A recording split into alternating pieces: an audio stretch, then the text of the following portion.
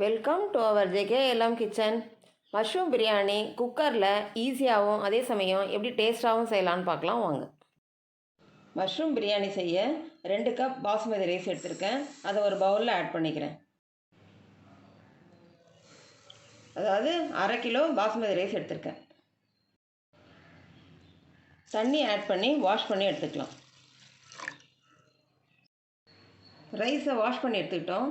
இப்போ கொஞ்சம் தண்ணி ஆட் பண்ணி 15 நிமிஷம் ஊற வச்சுக்கலாம்.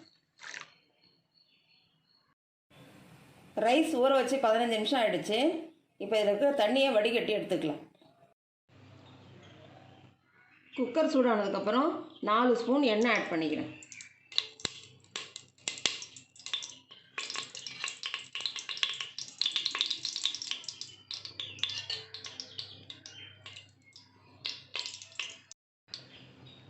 ரெண்டு ஸ்பூன் நெய் ஆட் பண்ணிக்கிறேன்.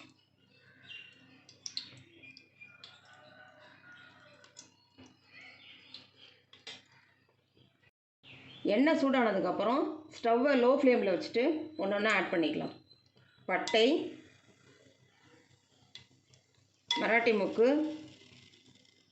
2 ஏலக்காய், 1 நட்சத்திர சோம்பு, 4 லவங்கம், 2 பிரிஞ்சி இலை, கொஞ்சம் கல்பாசி.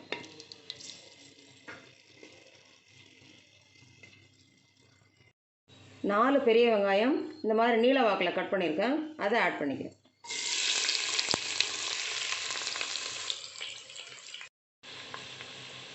பிரியாணியில் கல்பாசி ஆட் பண்ணும்போது பிரியாணி நல்ல வாசனையாக டேஸ்ட்டாக இருக்கும். 1 ஸ்பூன் உப்பு ஆட் பண்ணிக்கிறேன். இப்போ ஸ்டவ்வை ஹை ஃப்ளேமுக்கு மாற்றிட்டு வெங்காயத்தை நல்லா வதக்கிக்கலாம்.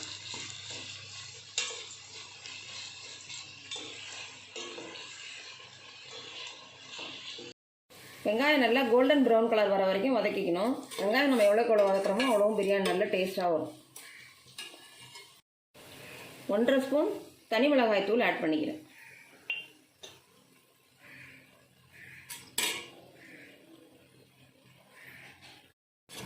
மிளகாத்தூள் ஆட் பண்ணதுக்கப்புறம் நல்லா வதக்கிக்கலாம். நம்ம வெங்காயத்தோடய இந்த மிளகாத்தூள் சேர்க்கும் பொழுது நல்ல கலர் வரும் பிரியாணி. நம்ம ஃபுட் கலர் எதுவுமே சேர்க்க தேவையில்லை. 1 ஸ்பூன் இஞ்சி பூண்டு பேஸ்ட் ஆட் பண்ணிக்கலாம்.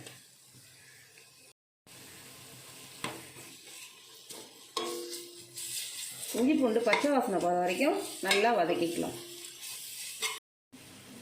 பொடியாக நறுக்கின கொத்தமல்லி தழை, பொடியாக நறுக்கின புதினா ரெண்டுத்தையும் ஆட் பண்ணி வதக்கிக்கலாம்.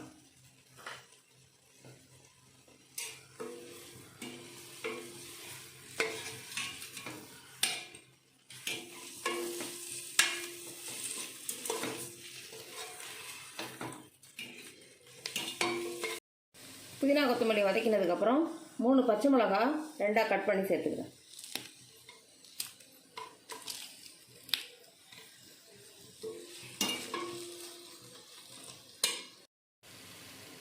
நாலு தக்காளி கட் பண்ணியிருக்கேன், அதையும் ஆட் பண்ணிக்கிறேன்.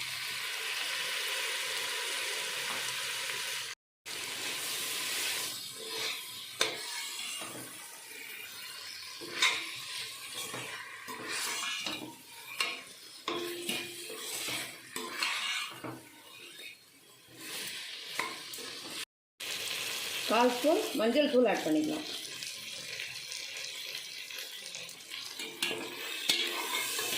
தக்காளி ஆட் பண்ணதுக்கப்புறம் நல்லா மிக்ஸ் பண்ணி விட்டுட்டு ஸ்டவ்வை லோ ஃப்ளேமில் வச்சு தக்காளி நல்லா வேக வச்சுக்கலாம். தக்காளி நல்லா வதங்கிடுச்சு.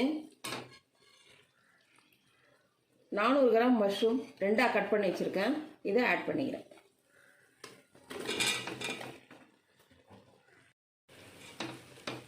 மஷ்ரூம் ஆட் பண்ணதுக்கப்புறம் மஷ்ரூம்லேருந்து தண்ணி வர வரைக்கும் நல்லா வதக்கிக்கிட்டே இருக்கணும்.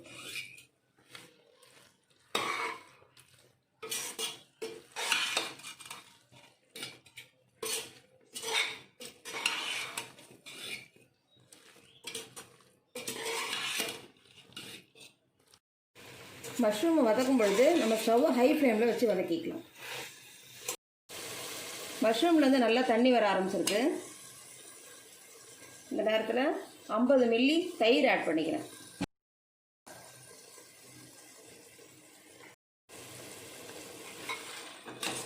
தயிர் ஆட் பண்ணதுக்கப்புறம் 2 நிமிஷம் லோ ஃப்ளேம்லேயே வச்சு நல்லா வதக்கிக்குவோம்.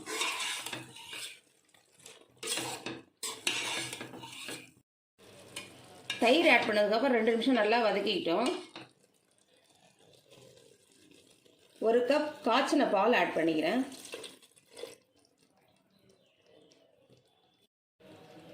ரெண்டு கப் தண்ணி ஆட் பண்ணிக்கிறேன்.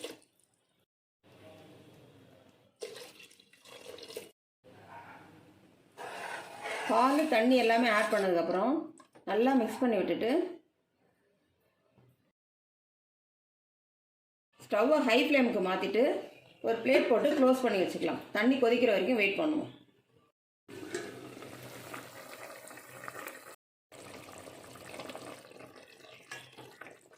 தண்ணி நல்லா கொதிக்க ஆரம்பிச்சிருச்சு. இப்போ நல்லா மிக்ஸ் பண்ணி விட்டுட்டு உப்பு செக் பண்ணி பார்த்துட்டு பத்தலைனா கொஞ்சம் ஆட் பண்ணிக்கலாம். இந்த ரைஸில் தண்ணியை சுத்தமாக வடிகட்டி எடுத்து வச்சுக்கணும். வடிகட்டி வச்சுருக்க ரைஸை இப்போ இதில் ஆட் பண்ணிக்கிறேன். ரைஸ் ஆட் பண்ணதுக்கப்புறம் நல்லா மிக்ஸ் பண்ணி விட்டுக்கலாம். ரைஸ் ஆட் பண்ணதுக்கப்புறம் 3 நிமிஷம் ஹை ஃப்ளேம் வச்சு நல்லா கொதிக்க வச்சுக்கிட்டோம்.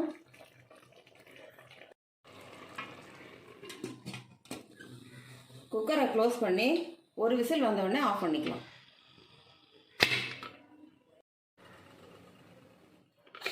ஒரு விசில் வச்சு இறக்கிக்கிட்டோம். இப்போ விசில் அடங்கிடுச்சு. ஓப்பன் பண்ணி பார்க்கலாம்.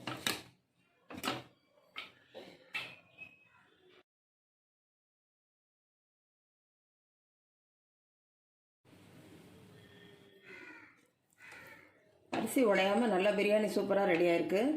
அரிசி உடையாத அளவுக்கு மிக்ஸ் பண்ணிக்கலாம்.